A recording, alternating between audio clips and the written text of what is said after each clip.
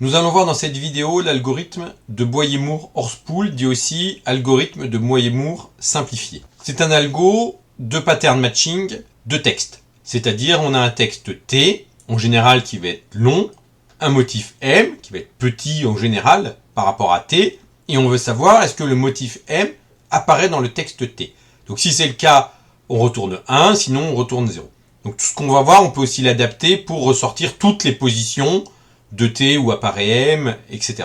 Ce qui est très important pour cet algorithme, c'est qu'on a besoin que T soit codé dans un tableau. Pourquoi est-ce qu'on va avoir besoin de faire des fois des sauts dans T pour aller plus loin et accélérer la recherche naïve qui peut se produire. Donc c'est un algorithme qui ne marche pas, par exemple, si le texte T est fourni par un flux continu, ça ne marche pas. Alors un exemple d'instance, je prends pour le texte T le premier vers du poème de Du Bellay, heureux qui comme Ulysse a fait un bon voyage. Pour le motif M, le mot fait, je veux savoir est-ce que le mot fait apparaît dans cette liste. Est-ce que le mot fait apparaît dans ce texte en bleu. L'algorithme naïf que j'ai écrit ici en Python est simple, c'est on regarde est-ce que fait apparaît à la première position, puis à la seconde, puis à la troisième, puis à la quatrième, etc. Jusqu'à la fin. Ce qui fait une complexité, grand O de longueur de T fois longueur de M, ce qui est assez mauvais si, par exemple, M est très grand, si on fait de la recherche dans de l'ADN, c'est plusieurs centaines ou plusieurs milliers de pages de caractères, avec un motif qui peut être lui-même assez grand. L'idée des algos de pattern matching, c'est d'utiliser le fait que quand on fait des comparaisons, on a plus d'informations. Par exemple, quand je compare le H et le F ici, non seulement je sais que ça ne matche pas, c'est-à-dire que je n'ai pas un F au début, mais je sais que j'ai un H et est-ce que je ne peux pas utiliser cette information pour accélérer le calcul qui est ici. Donc si je reprends un petit peu l'exemple, là, je prends juste le début du texte et je change, je prends pas le mot fait, je prends le mot Ulysse, est-ce que ça apparaît dans cette chaîne? L'algorithme naïf, c'est donc de dire, je commence ici, je compare H et U. Si H et U ne sont pas égaux, je vais décaler. U et E ne sont pas égaux, je décale. U et U sont égaux, donc après je regarde la lettre d'après. R et L ne sont pas égaux, je vais décaler, etc. Donc s'il y a plusieurs morceaux qui sont en commun, ça va très mal marcher. L'algorithme de Boyer-Moore, l'idée c'est de ne pas commencer par le début du motif, qu'on appelle aussi la clé des fois, mais par la fin. C'est-à-dire je vais comparer U et E. Et ça c'est possible parce que mon texte est dans un tableau. Donc je vais regarder ce qui est à l'indice longueur du motif et c'est différent. Donc comme c'est différent, je sais que le mot Ulysse, je ne peux pas l'avoir au début. J'ai pas besoin d'aller plus en arrière. Bon ça peut se faire aussi dans un sens. Mais ce que je vais savoir aussi, c'est que comme c'est un U ici, je vais regarder où est-ce qu'il y a un U dans Ulysse. Il y a un U qui est au début. Donc la seule façon de pouvoir caser Ulysse avec ce U là, c'est de décaler le motif sur le U ici. Et donc, de regarder comme ça. Donc j'ai fait une comparaison d'une lettre et d'un coup, je peux sauter 6 cases comme ça.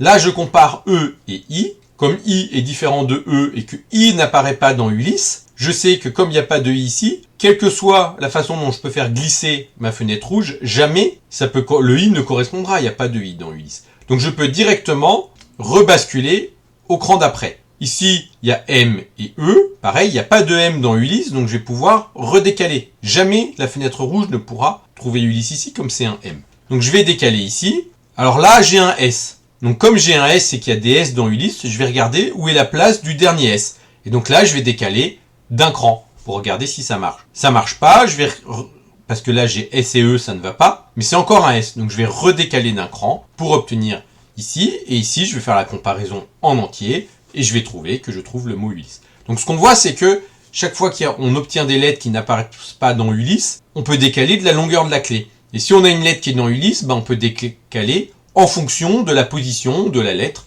dans la fenêtre Ulysse.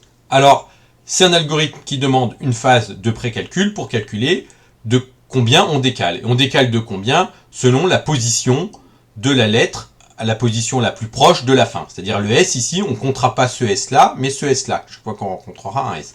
Donc la fonction de décalage, qui va calculer le décalage pour chaque lettre, il suffit de parcourir le tableau et de regarder la dernière position et à quelle longueur c'est. Donc par exemple, si je fais décalage sur Ulysse, on va me dire que quand j'ai un U, je décale de 5. Quand j'ai un U, je décale de 5, un L de 4, un Y de 3 et un S de 1. Ce S-là ne va pas compter. Et si j'ai une autre lettre, je décale de l'entièreté de la longueur, c'est-à-dire de 6.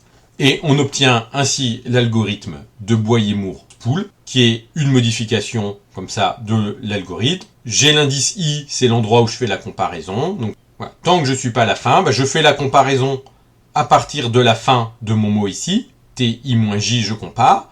Si c'est différent à un moment, je mets à faux. Si à la fin de cette comparaison j'ai trouvé, je mets vrai. Et donc si j'ai été à faux, qu'est-ce que je fais? Soit le mot est dans les clés, parce qu'ici j'ai pris un dictionnaire, et donc je décale du décalage que j'ai calculé, sinon je décale de la longueur de mon motif.